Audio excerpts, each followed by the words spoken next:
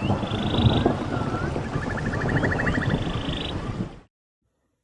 Slowpokes, it's Tortoise 101 here. Welcome to a new thing I'm doing. I'm calling it Worldbuilding Wednesdays. So, this is the pilot episode, so let me break it down. And don't, freak out because there's no video, just audio. That's intentional. So, Worldbuilding Wednesdays is gonna be like a low effort, sort of chill, weekly project I'm gonna try to do. Where I just sort of nerd dump all of my world building ideas to you in a short 4 to 8 to 12-ish minute video. I'm gonna try to keep them short, 4 or 5 minutes each, but I have been known to get unruly and tangenty from time to time. And just sort of bounce my ideas off you guys and see what you think, those of you who choose to engage in the comment section and such. At some point, I'm probably going to do art and whatnot, and maybe add background music and such. But I'm really trying to keep this low effort because I've been dealing with a lot of mental struggles, with executive dysfunction and ADHD paralysis, so I don't want to make something that's super overbearing, something easy and that I want to do. So yeah, sort of like a lo-fi kind of deal. So what is World Building Wednesdays? World Building Wednesdays, every Wednesday I'm gonna share with you guys my world building projects. But I guess I should sort of dive into what that means. So, world building is a hobby I have. It's one I've focused on for a real long time, and that I'm learning and getting better at.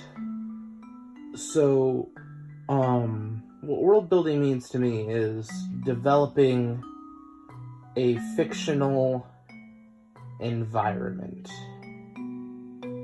Whether that's a political environment, an ecological environment, a cultural environment, whatever.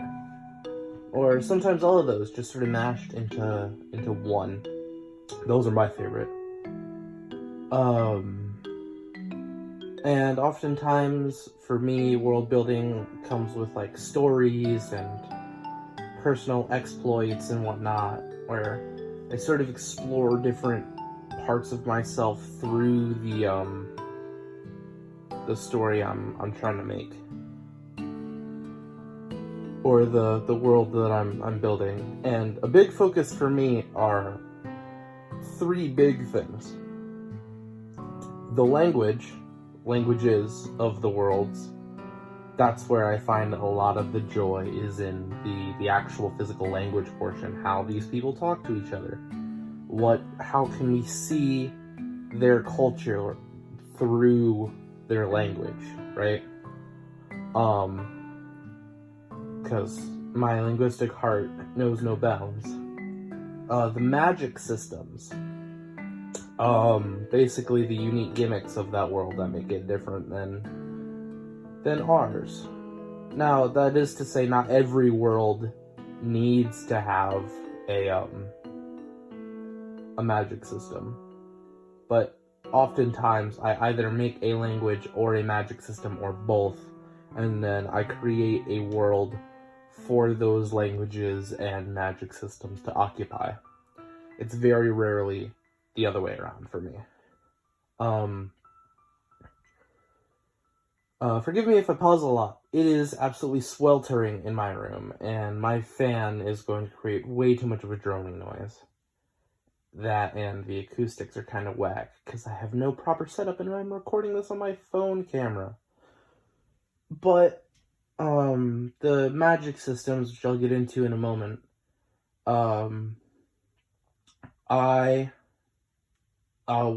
work really well with direct and clear instructions and mechanics. So a lot of the magic systems I create, are very systemic. They're hard magic systems where every aspect is as defined as possible. So you can basically plug in one set of inputs and you will get a definitive output. But I've been trying to stray away from that and go towards more soft magic systems. Like, oh, I wiggle my fingers weird and 15 different things could happen, or maybe not. Because I feel like as a creative, that's going to give me the most room to innovate and grow. That is to say that hard magic systems don't make that possible, or they do make that possible. It's still possible with those, but I feel like by studying both, I can learn more, if that makes sense. And of course, the people. A lot of my stories are character-driven rather than world or plot-driven. So, people are talking on my door.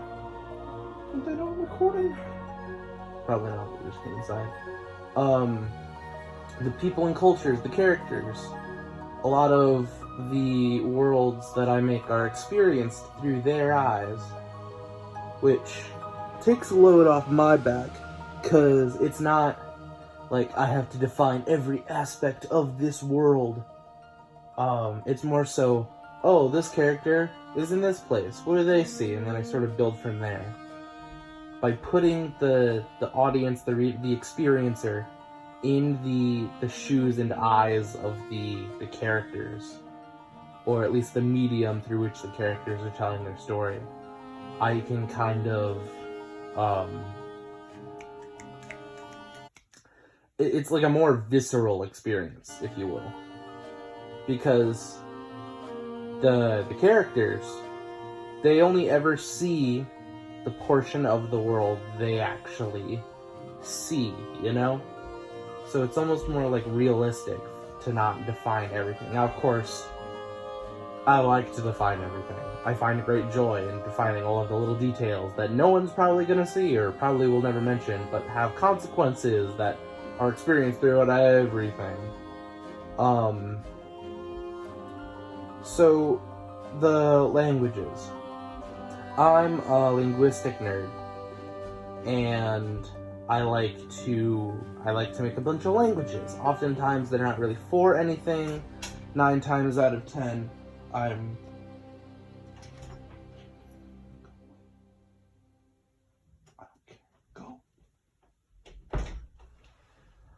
my little brother's being a sassy guy. Anyway, jeez, sassy. I'll probably cut this out. Maybe not. Probably not. I'm probably not going to. But, yeah, so, where was I? Oh, my train of thought's gone. No, that's gonna happen a lot in this series. Be prepared for that.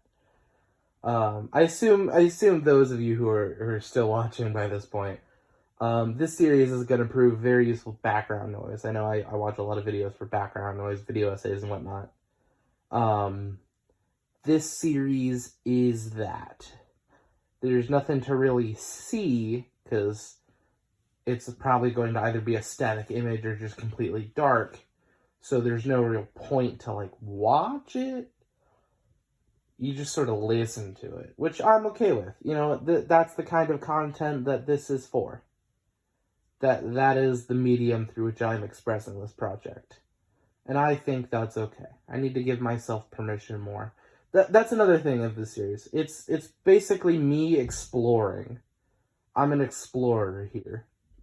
And you guys are tagging along. Just like, this is sort of like a video log, where I'm just like a journal, if you will, where I'm just putting down all of my ideas. And I'm going to chuck them all into one playlist. So if I ever need to get something, I can go back and I can listen to myself talk. I'm talking to myself right now. Hi, you're sexy. Thank you.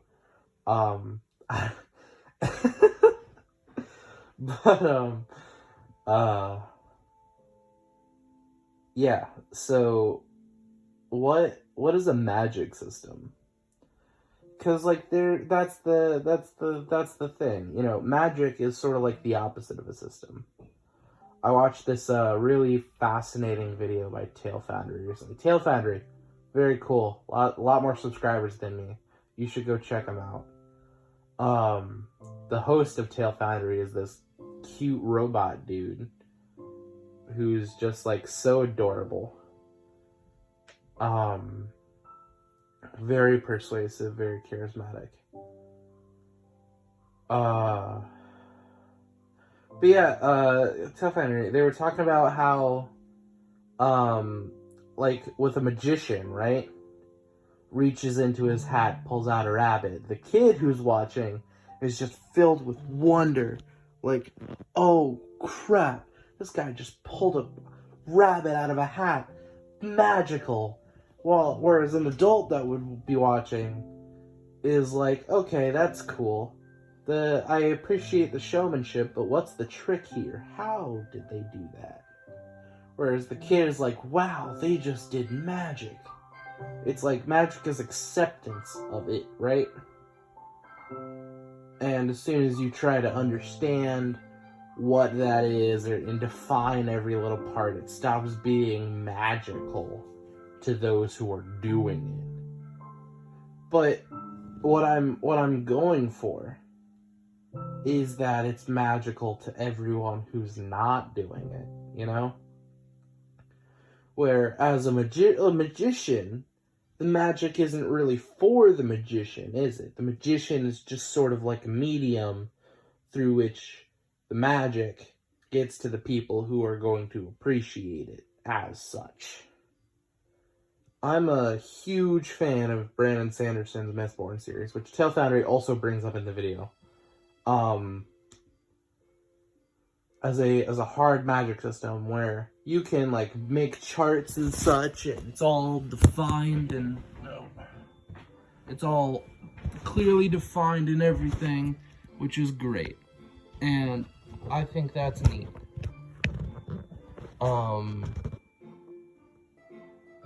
Yeah, I'm charging right, yeah, okay. And I like doing stuff like that. And to the people who use the magic systems, I know I'm moving around and making creaking noises because my bed is made of springs.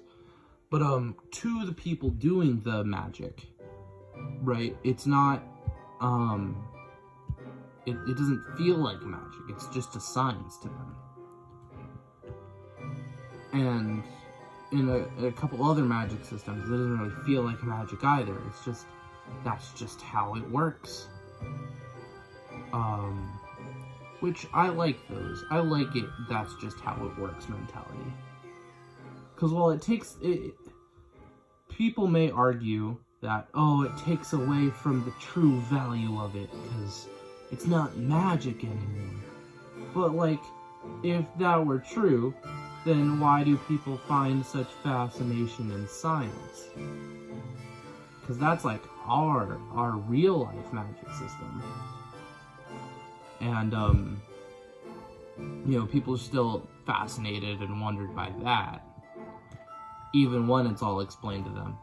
You look at Nile Red, dude, probably like has all of these chemical formulas tattooed on his body at some point.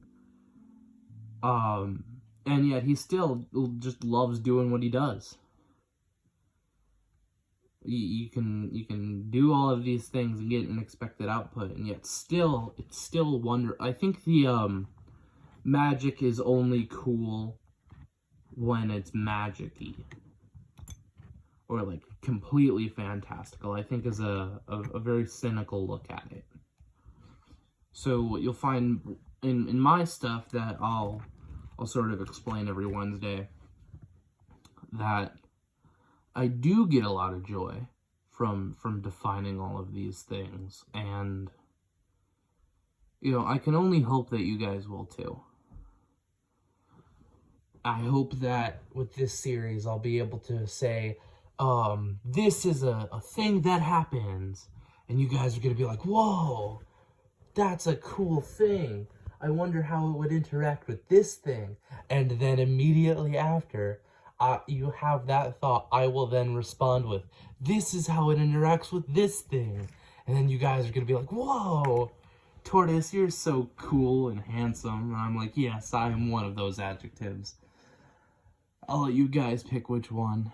But, judging by my subscriber count, I think it's very clear which one of those I am. Just kidding, I love you guys. So, yeah. And the world as an external environment for these things to exist in will definitely have, I think they're going to have as much influence on the language and culture and magic systems as the language, culture, and magic systems have on the world, right? Because you can look at a landmass as just a big hunk of land, but as soon as that landmass is revealed to be a small island, then, oh, it makes perfect sense why the languages that develop on that island would be linguistic isolates. And the area effect of other languages going in would have large implications on how that language develops. And you can see exactly where those influences are, because otherwise they wouldn't have happened. Versus that big landmass is a huge continent with lots of neighboring countries and cultures and such, then it's going to be much harder to figure out where all of the influences are. What if these are just like relatively common concepts among these people that are being shared, rather than specific aspects of one or the other bleeding into them? Now, of course, those who are in the know, the avid listeners of Worldbuilding Wednesdays will know, because I'll explain to them what it is. But it's a difference in paradigm, I guess. A difference in paradigm I wish to explore. So, yeah, I've got a lot of these world building projects, and I'll probably go into like minor facets of each one. And so I'll do a couple episodes on one world, then a couple episodes on another, maybe a couple on a third. And then I'll just sort of keep doing that. And there will probably come a time where my backlog is up, and Worldbuilding Wednesdays will probably just be me exploring some more. Where I'm like, what if we do this thing? What are the consequences of that? And while I'm writing all that down, that's like what the episode is me developing, me building the world, rather than showing a world that is in the process of or already built. You know?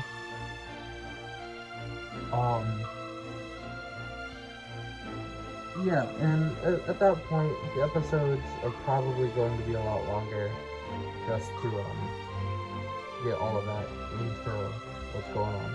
And they're probably going to be live streams too, because if I'm bouncing my ideas off you guys, right, rather than having a thing I've already done, and then having you guys put your input on that after the fact, it'll probably be like a conversation between me and the live stream chat, so that we can like get down what's going on. Now, of course, my backlog is very large, so I hope by that point I have like screen recording equipment, so I can doodle stuff on like a computer, so that, you know, there's gonna be actual like visual to these things. But yeah, I gotta say, I'm pretty excited for Worldbuilding Wednesdays. I think this was a very productive episode. It's a bit long, almost 20 minutes long, of me just talking at you guys, and I appreciate you guys who've made it to this point for your patience and listening. And yeah, that's pretty much what it's gonna be every Wednesday. Thank you guys so much for sitting down and listening. It was great having a conversation with you. Make sure to like and subscribe if you think I deserve any of those things, or don't if you think I don't. And while you're there, stop by and this notification bell. She works very hard informing you of the 3 times a year I actually upload something. And, if you could set your notification settings to all, that would save her on paperwork, me on labor costs, and everyone a whole lot of stress. Again, thank you guys so much for listening. And I hope I can talk to you next week. Bye.